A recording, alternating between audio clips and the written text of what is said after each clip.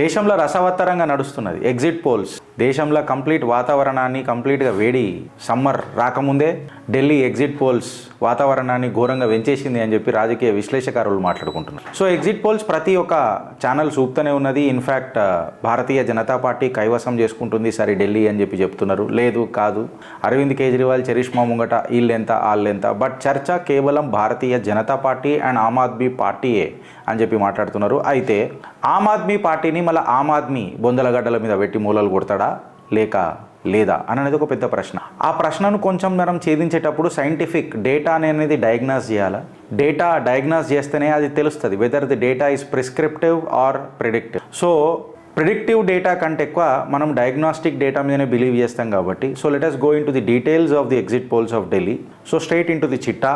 Bacon strategies and solutions. Beacon strategy and solutions ఒక survey చేసిండ్రు 7 రోజుల ముందు. మన ఎలక్షన్స్ అయ్యే ఒక 7-8 రోజుల ముందే ఈ రిపోర్ట్ నాకు మధు గారు పంపించిండ్రు. బెకాన్ స్ట్రాటజీస్ వాళ్ళు పోయి కంప్లీట్గా చూసిండ్రు. అయితే వీళ్ళ డేటా ఎంతవరకు కరెక్ట్ ఉన్నది గిరీష్ అని చెప్పి నువ్వు మాట్లాడుతా అంటే, డేటా అబ్స్ట్రాక్ట్ ఏదైతే ఉంటుందో నేను చెప్పినా కదా, డేటాను చీలుస్తే డయాగ్నాస్ చేస్తే మనకు ఒకటి అర్థమవుతుంది whether we are going in a right direction or not అని అనేది మనకు ఒక క్లారిటీ వస్తుంది. అయితే తరతరాలుగా అంచెలంచెలుగా మనం మాట్లాడితే ప్రతిసారి ఆమ్ ఆద్మీ పార్టీ అనేది అసెంబ్లీ ఎలక్షన్స్లో గెలుచుకుంటూ వచ్చింది. అట్లనే లోక్సభ ఎలక్షన్స్లలో ప్రతిసారి భారతీయ జనతా పార్టీ ఒక చరిష్మాటిక్ విన్ గెలుస్తూ వచ్చింది. ఇలా నేను మాట్లాడడం కాదు, అబ్సల్యూట్గా నంబర్స్తోనే పోదాం. 2008లో విధానసభ ఎలక్షన్స్లో తీసుకుంటే ఆమ్ ఆద్మీ పార్టీ అప్పుడు లేదు, 2009లో లోక్సభలో లేదు, 2013లో ఆమ్ ఆద్మీ పార్టీ వచ్చింది 30% ఓట్ షేర్తో తీసుకుంది విధానసభలో, అంటే అసెంబ్లీ ఎలక్షన్. 2014 లోక్సభలో 33% కైవసం చేసుకుంది. అదే 2015 విధానసభకు వచ్చేసరికి అంచెలంచెలుగా 30% అనేది డైరెక్ట్గా 24% జంపు తీసుకుంది ఆమ్ ఆద్మీ పార్టీ, 54% అయింది. 2019 లోక్సభకు వచ్చేసరికి మళ్ళా ఓటర్ ఎంత న్యాచురల్గా ఉన్నాడు, ఓటర్ ఎంత స్మార్ట్ ఉన్నాడు అనేది మీరు చూడండి. విధానసభలో 54% ఉంటే హఠాసావానికి ఘటా అని చెప్పి 18%కి దించి పడేసారు 54% నుంచి లోక్సభలో. 2020 విధానసభలో మళ్ళా 54%. Nothing but it is a sinusoidal wave.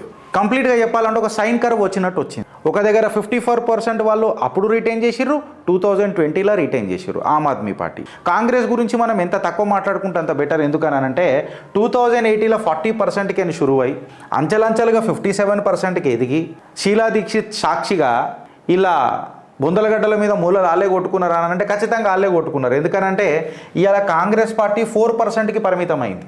Delhi ఎలక్షన్స్లో వాళ్ళు ఉన్నారా అని అంటే గలీలలోనే లేరాలు, దేశ గలీలలోనే లేరు, ఢిల్లీలో ఉంటారు వాళ్ళు. ఎంతసేపు క్యాస్ట్ సర్వేలల్లో ఏ ఆర్టిఫిషియల్ ఇంటెలిజెన్స్ పెడతానన్న పీకుడు మొగోళ్ళు దేశాన్ని ఏం పరిపాలిస్తారు, అందులో దేశ రాజధానిలా కూర్చొని ఏం మూలలు కొడతారు అని అంటే ఇక నేను నేను వదిలేస్తున్నాను, ఇక టాపికే డిస్కషన్ తీసుకుంటలే. నౌ కమ్స్ టు బీజేపీ 2008లో 36% ఉండే, 35% ఉండే, దాని తర్వాత 33% వచ్చింది. ఏదో 2019 లోక్సభ ఆర్ విధానసభ రెండు తీసుకుంటే, ఆర్ టు దట్ మ్యాటర్ 2018 విధానసభ తీసుకుంటే నేను యావరేజ్గా 34%, 32% లాగింది. ఇంట్రెస్టింగ్, 2014 లోక్సభలో మోడీ చరిష్మా 46%కి అది జంప్ అయింది, 35% నుంచి 46%కి జంప్ అయింది. 2019 లోక్సభ అండ్ 2014 లోక్సభ 46%కి జంప్ అయింది. 2015 విధానసభలో మళ్ళా there is a drop to 32%. అదే మళ్ళీ 2019 ఎలక్షన్స్లో 57%కి జంప్ అయ్యి విధానసభ ఎలక్షన్స్ 2020లో they have not again underrated. People of Delhi have not underrated Bharatiya Janata Party. 37% నుంచి మళ్ళీ ఒక 2% ఇంక్రిమెంటే ఇచ్చిరు Bharatiya Janata Party. So the sine wave ఎట్లున్నది గిరీష్ అని అంటే, భారతీయ జనతా పార్టీ వైపు ఏడేడనైతే బురద జల్లే ప్రయత్నం చేస్తారో ఆడ బురదలకేనే కదా కమలం పుట్టుకుంటూ వస్తారు. జహా పే ఆప్ కిచ్చడ్ ఉగాల్నేకి కోషిష్ కర్తే హో వాతో ఖిలేగా హీ కమల్. అయితే కమల్ హీ కమాల్ హే అని ఢిల్లీ ప్రజలు నిర్ణయిస్తారా అని చెప్పి ఆలోచిస్తే ఓట్ షేర్ ప్యాటర్న్ కూడా తీసుకుందాం. ఇప్పటిదాకా మనం సీట్ షేర్ ప్యాటర్న్ చూసినాం, ఇప్పుడు ఓట్ షేర్ ప్యాటర్న్ చూసినాం, ఇప్పుడు సీట్ షేరింగ్ కూడా ఒకసారి మనము చూసుకుందాం. ఢిల్లీ లోక్సభ ఎలక్షన్స్లో తీసుకుంటే 2019లో ఇండియన్ నేషనల్ కాంగ్రెస్ 7 గెలిచింది, 2014లో భారతీయ జనతా పార్టీ 7 గెలిచింది, 2019లో భారతీయ జనతా పార్టీ మళ్ళా 7 గెలిచింది, 2024లో కూడా తీసుకొని చూస్తే భారతీయ జనతా పార్టీ 7 గెలిచింది. అంటే భారతీయ జనతా పార్టీ లోక్సభ ఎలక్షన్స్లో తగ్గేదే లేదు దీని తల్లి. ఉన్నమాట చెప్పాలని అంటే దమ్ముంటే కాస్కోరా షికావత్ ఆపేసుకొని సిండికేట్ అని చెప్పి కొట్టి చూపిస్తున్నారు. గట్లు ఉంటుంది మరి అని చెప్పి గట్ల చెప్పారు. ఇప్పుడు మార్కస్లు ఏం మాట్లాడతారు అని ఆలోచించే తరుణంలో మనం అసెంబ్లీ ఎలక్షన్స్కి వచ్చి చూస్తే ఇప్పటిదాకా మనము కంప్లీట్గా ఓట్ షేర్ గురించి మాట్లాడుకున్నాం. అయితే అసెంబ్లీ సీట్ షేర్ గురించి మాట్లాడుకుంటే లెస్ దెన్ 1000 నుంచి ఆమ్ ఆద్మీ పార్టీ ఎన్ని గెలిచింది రాబాయ్ అంటే ఒక సీటు, భారతీయ జనతా పార్టీ కూడా ఒక సీటు గెలిచింది లెస్ దెన్ 1000 ఓట్లతో గెలిచిన సీట్లల్లో. అట్లనే 1000 నుంచి 5000 మట్టుకు తీసుకుంటే ఆమ్ ఆద్మీ పార్టీ 6, అదే Bharatiya Janata Party 1. This is a point of consideration. 1000 నుంచి 5000 మధ్యలో తీసుకోబోతున్నప్పుడు ఆమ్ ఆద్మీ పార్టీకి 6 కొట్టినాయి, భారతీయ జనతా పార్టీకి 1 కొట్టింది. ఇది చాలా డీటెయిల్గా మనం జరగబోవాలి. అట్లనే 5000 నుంచి 10,000 పోతున్నప్పుడు కూడా వీళ్ళు 4 కొట్టిర్రు, మనం 2 కొట్టినాం. 10,000 to 20,000 వీళ్ళు 23 కొట్టిర్రు 2020 election. This is a markable difference. Majority ఎంత 5000 నుంచి 10,000 నుంచి 20,000 మార్జిన్లో 23 సీట్లు కేవలం భారతీయ జనతా పార్టీ 3. అట్లనే 20,000 నుంచి 50,000 మెజారిటీలో 24 సీట్లు కొట్టిండ్రు ఎవరు, ఆమ్ ఆద్మీ పార్టీ. ఇక్కడ అర్థం చేసుకోవాల్సింది ఏందనంటే అసెంబ్లీ ఎలక్షన్స్లల్లో భారతీయ జనతా పార్టీ సీట్ షేరింగ్ ఏ రకంగా ఇస్తుంది. వీళ్ళు క్యాండిడేట్ని ముందు అనౌన్స్ చేసిపోతున్నారా, లేకపోతే కేజ్రీవాల్ చరిష్మాకు అందలేకపోతున్నారు, లేక తరతరాలుగా జరుగుతున్న కథనాలే ఢిల్లీలో జరిగినాయా అని అంటే ఇక్కడ గల్లీలో కూర్చొని ఢిల్లీలో మనం మాట్లాడాలంటే జర కష్టం కాబట్టి ఇంకా కొంచెం జర డీప్ అనాలిసిస్ చేద్దాం. భారతీయ జనతా పార్టీ లోక్సభకు వచ్చేసినప్పుడు చరిష్మాకు ఆర్ టు దట్ మ్యాటర్ పబ్లిక్కి పిచ్చ క్లారిటీ ఉన్నది. దేశ రాజధానిలా ఆర్ టు దట్ మ్యాటర్ రాష్ట్రం మంచిగా ఉండాలన్నా దేశం మంచిగా ఉండాలన్నా అది కేవలం భారతీయ జనతా పార్టీతోనే అని చెప్పి పిచ్చ క్లారిటీతో ఇస్తున్నారు. బట్ లోకల్ సమస్యలకు వచ్చేటప్పటికి అది తెలంగాణలో కూడా గట్టనే అవుతుంది. Telangana or to that matter ఇక్కడ తీసుకున్నా, ఇక్కడ మనము అప్పుడు 1 సీటు గెలిచి 4 ఎంపీలు గెలిచినాం. ఈడ ఈసారి 8 ఎమ్మెల్యేలు గెలిచి 8 ఎంపీలు గెలిచినాం. అంచెలంచెలుగా భారతీయ జనతా పార్టీ తెలంగాణలో కూడా ఎదిగింది. ఆమ్ ఆద్మీ పార్టీతో అక్కడ ఢీకొంటున్నప్పుడు కూడా లోక్సభలో గెలిచింది. But point of the matter ఏందనంటే లోకల్ సమస్యల పైన భారతీయ జనతా పార్టీకి అవగాహన ఉందా? ఇది నేను చెప్తలేను, డేటా మాట్లాడుతుంది. బికాస్ 20 to 50,000 ఓట్లలో 24 సీట్లు గెలవడం అనేది పొరగల మజా కాదు. అది లోకల్ సమస్యల పైన ఆమ్ ఆద్మీ పార్టీ కొట్లాడగలుగుతుంది, సొల్యూషన్ ఇయ్యగలుగుతుంది అని చెప్పి ఒక సామాన్య మానవుడు మాట్లాడుకుంటా నమ్మినప్పుడే ఇది సాధ్యమవుతుంది. ఇది భారతీయ జనతా పార్టీ కొంచెం ఆలోచించాలంటే ఖచ్చితంగా ఆలోచించాలి. ఫ్రెండ్స్, నేను ఎగ్జిట్ పోల్లలో భారతీయ జనతా పార్టీకి వస్తుంది లేకపోతే ఆమ్ ఆద్మీ పార్టీకి నేను మాట్లాడవచ్చు, but I'm the well wisher of the party. So ఆబ్వియస్గా what went right what went wrong అనేది గట్టిగా మాట్లాడాలి. అయితే 7 కైవసం చేసుకున్న భారతీయ జనతా పార్టీ లోక్సభలో, సో 54% ఓట్ షేర్ ఉన్న భారతీయ జనతా పార్టీ లోక్సభ ఎలక్షన్స్లో ఇంక్లూడింగ్ 2024 ఏవైతే పార్లమెంట్ ఎలక్షన్స్ అయినాయో రఫ్లీ 52 అసెంబ్లీ సెగ్మెంట్స్లల్లో ఇది ప్రభావం చూపిస్తుంది అని అంటే న్యాచురల్లీ చూపిస్తుంది. మళ్ళీ 2014 నుంచి మనం హ్యాట్రిక్ కొట్టుకుంటూనే వస్తున్నాం. ప్రభావం చూపెట్టలేదా చూపెట్టించిందా అని అంటే ఇక్కడ కొన్ని అప్రహెన్షన్స్ వస్తాయి. అది అదే ఇది ఇదే అని ఓటర్ ఎప్పుడు తన మ్యాండేట్ని ఇచ్చుకుంటూ వచ్చిండు.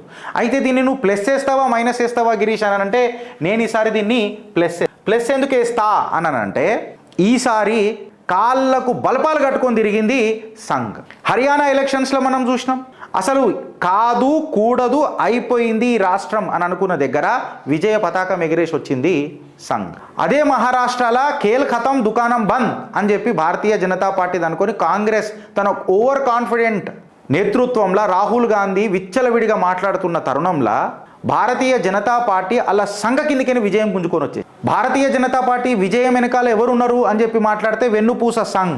సో మమతల హోమం నా సంఘ్ అని చెప్పి ఊకేనే అన్న నేను, ఎందుకంటే మనిషిని మ్యాప్ చేసింది, డాట్స్ కనెక్ట్ చేసి. సో అందుకనే నేను ప్రతిసారి ఒక మాట మాట్లాడతా, సంఘ శక్తి యుగే యుగే మమతల హోమం నా సంఘ్ అంట.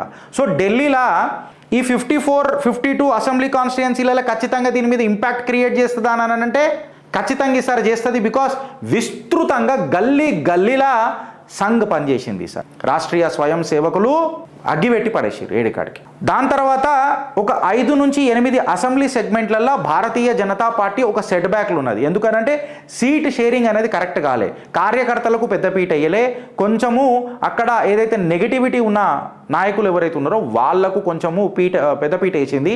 అక్కడ వీళ్ళకు జట్కా తగిలే ఛాన్సెస్ ఉన్నాయి సీట్ డిస్ట్రిబ్యూషన్స్ అనేది ఒకటి ఒక minus. And this is for 5 to 8 assembly segments of Bharatiya Janata party in Delhi.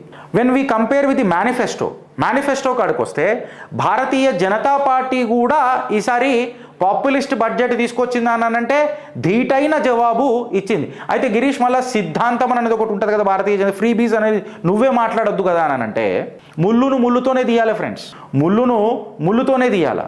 నువ్వు అసురుడి దగ్గరికి పోయి హాయ్ మిస్టర్ అసురా అని చెప్పి నువ్వు కార్పొరేట్ లాంగ్వేజ్లో మాట్లాడితే ఆయన నీకు సుఖలే చూపుతాడు.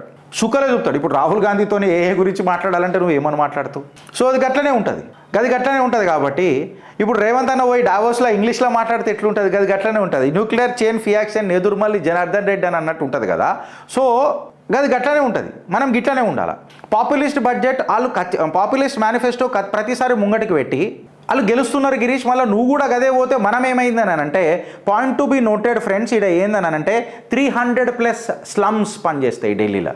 ఈ స్లమ్స్కి వాళ్ళకి కావాల్సింది నా నోటికి బుక్ వచ్చిందా, నేను తాగిన నీరు మంచిగా ఉందా, నా పిల్లలు ఆరోగ్యంగా ఉన్నారా, నేను పుణ్యానికి చదువుకుంటున్నానా చేస్తున్నానా, నాకు ఫ్రీ బీస్ ఎంత వచ్చినాయి. స్లమ్ జిందగీలు.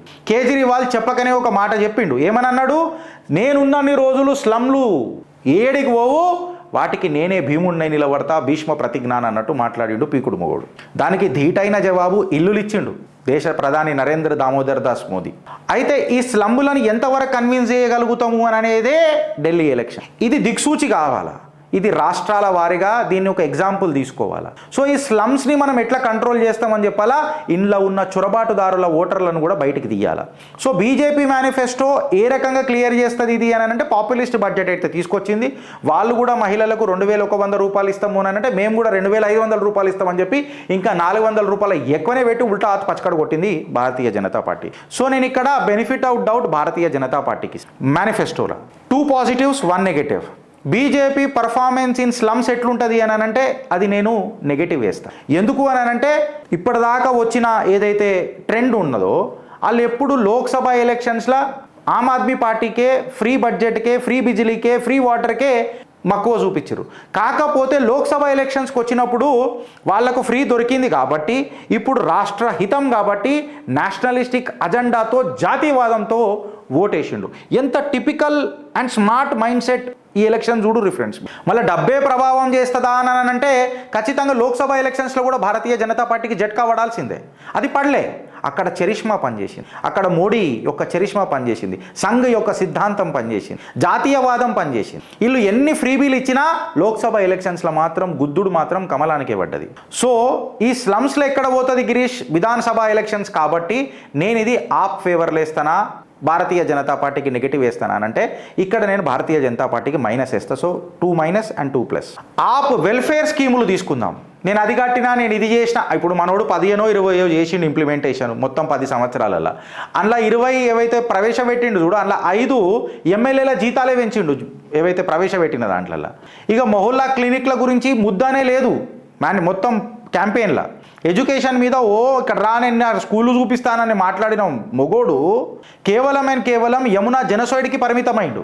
సో దీనిలో మైనస్ వేస్తావా ప్లస్ వేస్తావా ఆమ్ ఆద్మీ పార్టీకి అని అంటే నేను మైనస్ వేస్తాను. మేనిఫెస్టో అనేది డైరెక్ట్గా దించలే.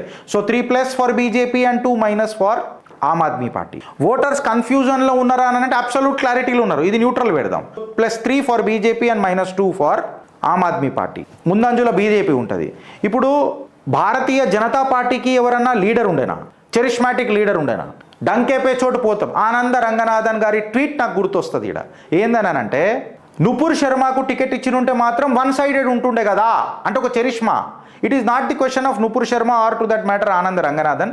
నేనేమంటున్నానంటే చరిష్మాటిక్ లీడర్. నా ఇన్నర్ ఎసెన్స్ని మీరు అర్థం చేసుకో. సో ఇక్కడ ఒక ఫేస్ ఉన్నదా అని అంటే మనకు ఫేస్ లేకపోయి. అరవింద్ కేజ్రీవాల్ మంచోడా, ముసుగేసుకున్నోడా, దగ్గెటోడా, అవన్నీ పక్కకు పెడదాం. మఫ్లర్ మ్యానా, లేకపోతే క్రెడిట్ చోరా, గుంగురు సేట పక్కకు పెడదాం. ఫ్యాక్ట్ ఆఫ్ ది మ్యాటర్ ఏందని అంటే ఏదో ఒక బొమ్మనైతున్నది మంచో చెడు. ఈ బొమ్మ మన దగ్గర లేకపోయే. So 3+ for BJP and 3+ for Aam Aadmi Party. Next వచ్చేసి grass roots, upper middle class ఎట్లా థింక్ చేస్తుంది, సోషల్ ఇంజనీరింగ్ ఎట్లా థింక్ చేస్తుంది, ఆర్ టు దట్ మ్యాటర్ కార్యకర్తల మనోభావం ఎట్లుంది, ఓపెన్ కేటగిరీలలో పోటీ ఎట్లున్నది, ఈ ఫైనాన్షియల్ పవర్ఫుల్ సెటిలర్స్ ఎవరైతే ఉంటారో ఢిల్లీలో వాళ్ళు ఎక్కడ చూస్తారు, బిజినెస్ క్లాస్ ఎక్కడ చేస్తుంది, బిజినెస్ క్లాస్ నుంచి సెటిల్ అయిన ఉద్యోగస్తులు ఏ రకంగా ఉంటారు, ఏ వేవ్ ఎట్లా మూవ్ అవుతుంది అని అంటే ఇట్ ఈస్ టూ స్నీకీ. అయినా లిక్కర్ స్కామ్ని ముంగడ పెట్టుకొని, ఆర్ టు దట్ మ్యాటర్ ఏవైతే కరప్షన్లు ముంగడ పెట్టుకొని, ఆర్ టు దట్ మ్యాటర్ మొహల్లా క్లినిక్లో జరిగిన లొల్లిలు పెట్టుకొని, ఆడ నేను ఏదో నీళ్ళది కట్టినా అని చెప్పి చేయకుండా, శీష్ మహల్, ఇవన్నీ భారతీయ జనతా పార్టీకి ఫేవర్ అవుతాయి. So 4+ and for BJP and 3 for మన ఆమ్ ఆద్మీ పార్టీ. పొల్యూషన్ కంట్రోల్ని చేసుట్లా సర్వనాశనమైంది. యమునానే మనకు ఎంప్లాయ్మెంట్లకు ఎంప్లాయ్మెంట్ ఇచ్చిందా యువకులకు అని అంటే లేదు. కరప్షన్ లిక్కర్ తాండవం ఆడింది. మొత్తం దేశం మొత్తంలో ఏడికైనా అన్యాయం జరిగిందిరా అని అంటే లిక్కర్లా గాడికనే జరిగింది. స్కీమ్స్ ఏమైనా ఇంప్లిమెంట్ చేసిరా చక్కగానంటే చెయ్యలే.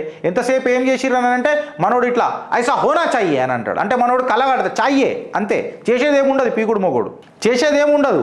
ముఖ్యమంత్రి అయినాక కూడా ధర్నాలు చేస్తాడు, ధర్నాలు చేసే ముఖ్యమంత్రి అవుతాడు. మళ్ళీ ముఖ్యమంత్రి అయినాక కూడా ఏం చేయాలంటే ధర్నాలే చేయాలనంటాడు. ఎందుకంటే హోనా చాయ్యే కరింగే అన్న ముచ్చట ఉండదు ఆడ.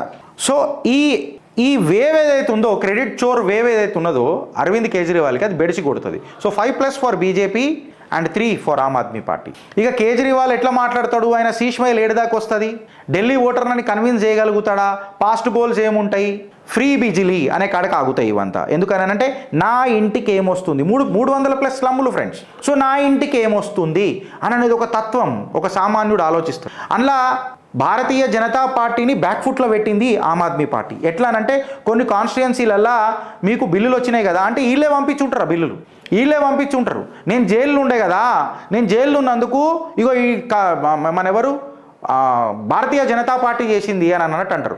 అయితే ఇన్నోసెంట్ పబ్లిక్ ఎట్లుంటుంది అంటే అక్కడ రాష్ట్ర సర్కారే బిల్లులు పంపుతుంది, కేంద్ర సర్కారు పంపదు. కాకపోతే జైల్లో ఉన్నాడు కదా అందుకే బిల్లు వచ్చింది కదా, అది రాగానే నేను కరెక్షన్ చేస్తానన్నాడు. అయితే భారతీయ జనతా పార్టీ దీన్ని తిప్పికొట్టుట్లా ఫెయిల్ అయింది.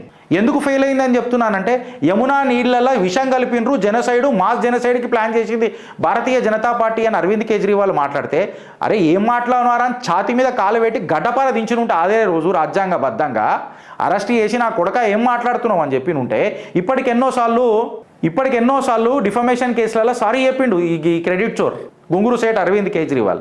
సో దీని మీద గట్టిగా తిప్పికొట్టినుంటే ప్రజలలో అది వేరే విషయం, ప్రజలు నమ్మినరా లేదా అన్నది. నువ్వెంత తిప్పికొట్టినావు, నీ పోరాటం నువ్వు ఎంత చేసినావు అనేది ఇంపార్టెంట్.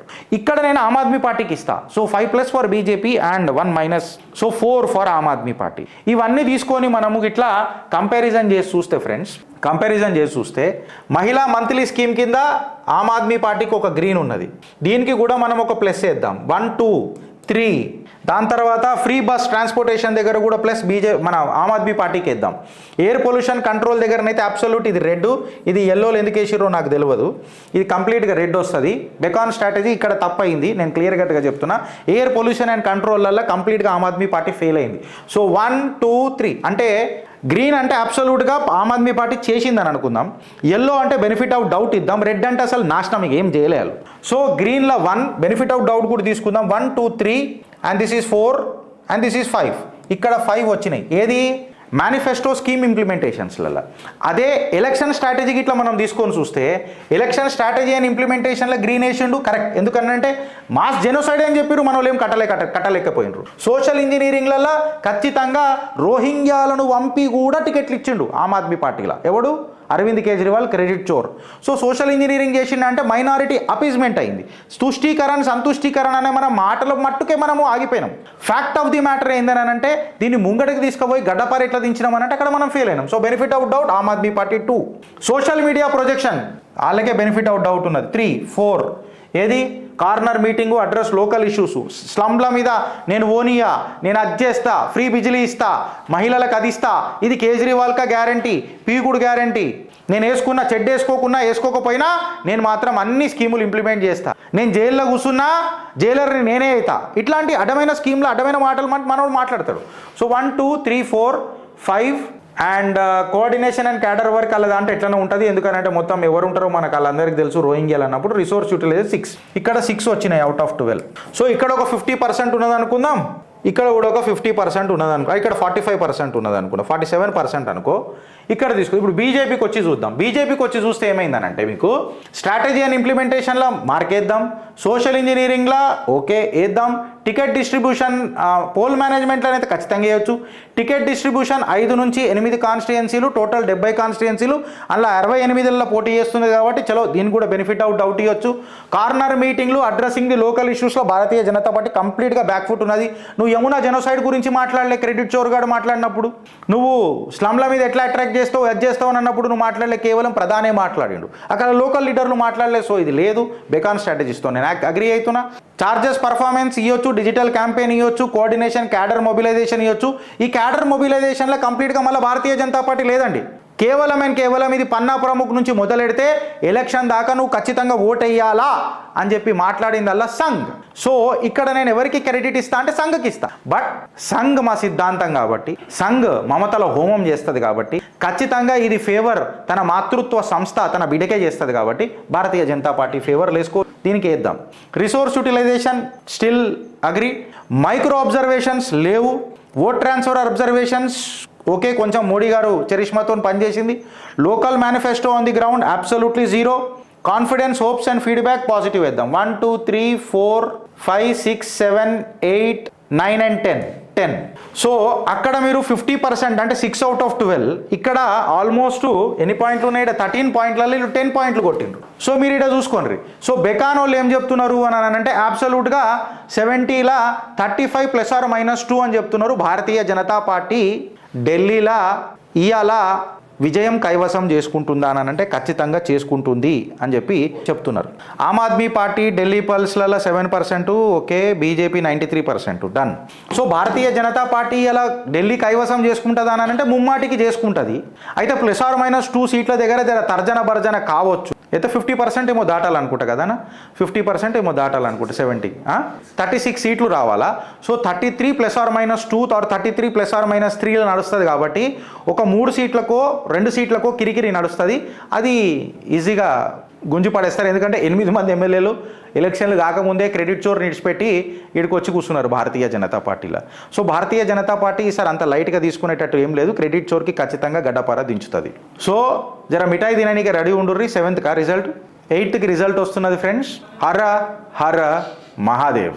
భారత్ మాతాకి జై.